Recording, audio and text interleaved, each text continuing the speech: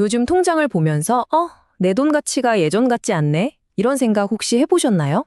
오늘은요, 우리가 철석같이 믿고 있던 이 돈의 규칙이 완전히 뒤바뀌고 있다는 이야기를 좀 해보려고 합니다. 대체 이게 무슨 뜻인지 지금부터 한번 제대로 파헤쳐보죠. 자, 한번 상상해보세요. 내가 은퇴 자금으로 2억 원을 정말 힘들게 모았어요.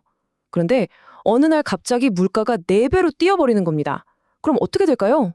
내 소중한 2억 원이 순식간에 5천만 원의 가치로 쪼그라드는 거죠.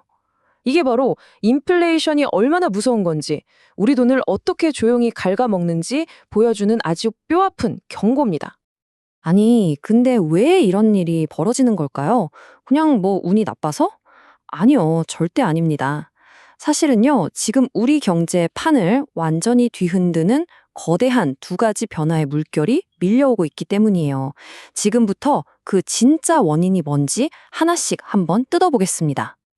네, 바로 우리 경제의 룰을 새로 쓰고 있는 2가지 핵심 원인에 대해 알아볼 텐데요. 자, 세상이 바뀌었습니다. 그 핵심에는 바로 이 2가지가 있어요. 첫째, 인구 절벽. 그리고 둘째, 세계화의 종말입니다. 이 2가지가 뭘 의미하냐면요. 지난 40년 동안 우리가 당연하게 누려왔던 값싼 물건과 안정적인 경제 성장의 시대가 이제 끝났다는 신호탄 같은 거예요. 먼저 인구 문제부터 한번 들여다보죠. 첫 번째 원인, 바로 인구라는 시한폭탄입니다. 아니, 인구 구조가 대체 경제랑 무슨 상관이냐고요? 지금부터 이게 얼마나 중요한지 보여드릴게요. 경제학자들이 가장 중요하게 보는 지표가 바로 이 생산 연령 인구예요. 그러니까 한창 일하고 돈 벌고 돈을 쓰는 15세에서 64세까지의 사람들이죠. 생각해보세요. 이 사람들이 집도 사고 차도 사고 새로운 사업도 하면서 경제를 막 돌리는 엔진 역할을 하는 거잖아요. 그런데 만약 이 엔진 역할을 하는 사람들이 줄어들기 시작하면 어떻게 될까요? 당연히 경제 전체가 힘을 잃고 서서히 멈춰서게 되는 겁니다. 이거 보세요. 이게 그냥 갑자기 나타난 현상이 아니라는 게 정말 중요해요. 이미 일본이 1995년에 겪었고요. 유럽은 2010년에 겪었습니다. 이건 뭐랄까 예고된 미래 같은 거였죠. 그리고 이제 2024년 드디어 그 차례가 대한민국에 온 겁니다. 그 결과가 얼마나 극명하게 나타나는지 이 그래프가 딱 보여줍니다. 2008년부터 지금까지 인구가 계속 늘어난 미국 경제는 무려 88%나 성장했어요. 그런데 같은 기간 동안 생산 연령 인구가 줄어든 유럽은요, 겨우 8% 성장했습니다. 이 차이 정말 엄청나지 않나요? 그리고 이 인구 충격은 이제 남의 이야기가 아니라 바로 우리 대한민국의 현실이 됐습니다. 이 숫자 0.8%, 이게 바로 그걸 보여주는 증거예요. 불과 몇 달 전까지만 해도 1.9%는 성장할 거라고 봤는데 그 전망치가 반토막 이상 나버린 거죠. 인구 절벽이라는 거대한 파도가 바로 지금 우리 발밑까지 밀려왔다는 뜻입니다. 자, 그런데 인구 문제, 이게 끝이 아닙니다. 또 다른 거대한 변화가 동시에 일어나고 있어요. 바로 지난 40년 동안 우리가 너무나 당연하게 누려왔던 이 값싼 세상이 막을 내리고 있다는 겁니다. 이게 바로 2번째 원인이죠. 인플레이션의 정체를 알려면요, 잠깐 시간 여행을 좀 해야 합니다. 17세기 스웨덴으로 한번 가볼게요. 그때 당시 10달러짜리 동전 하나 무게가 자그마치 19.7kg이었대요. 쌀 한 포대 무게죠? 이걸 어떻게 들고 다녀요? 말이 안 되잖아요? 돈이 너무 무겁다는 이 어이없는 문제가 바로 오늘날 우리가 겪는 인플레이션의 시작이었습니다. 사람들이 이 무거운 구리 동전을 은행에 맡기고 대신 가벼운 종이 영수증, 즉 지폐를 받아쓰기 시작했어요. 정말 편했겠죠? 그런데 여기서 은행이 아주 달콤한 유혹에 빠집니다. 어차피 사람들이 구리를 한꺼번에 다 찾아가진 않을 텐데 우리가 가진 구리보다 지폐를 한 10배 정도 더 찍어내도 모르는 거 아니야? 바로 이 생각. 실제로 가진 돈보다 더 많은 돈을 찍어내는 것. 이게 바로 현대 인플레이션의 탄생 스토리입니다. 아니 근데 이상하죠. 그럼 왜 지난 몇십 년 동안은 물가가 그렇게 안정적이었을까요?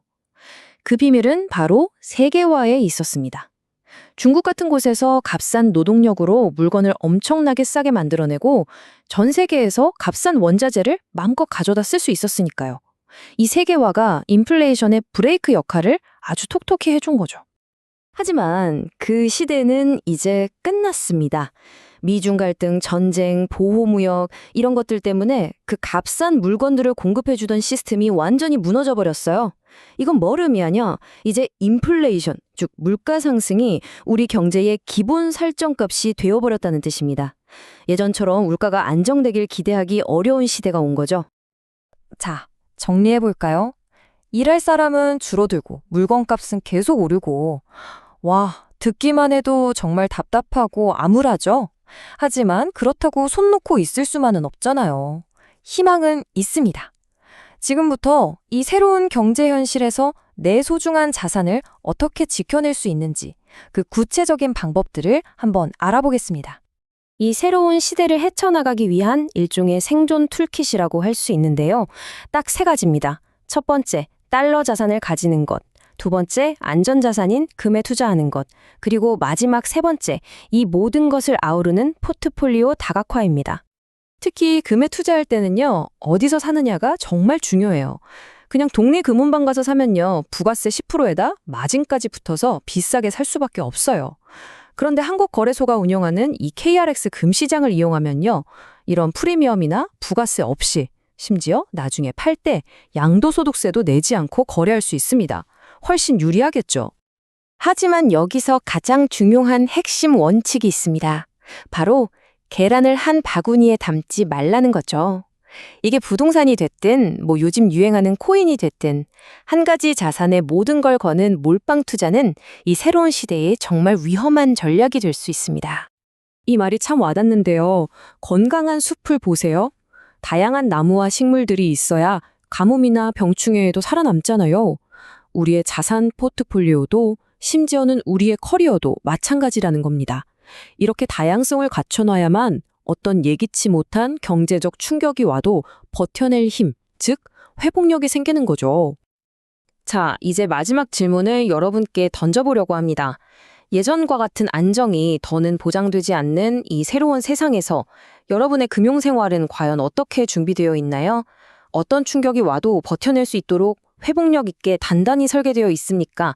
아니면 작은 타도에도 쉽게 무너질 만큼 취약하게 만들어져 있습니까? 아마 우리의 미래는 바로 이 질문에 대한 여러분 각자의 답에 달려 있을 겁니다.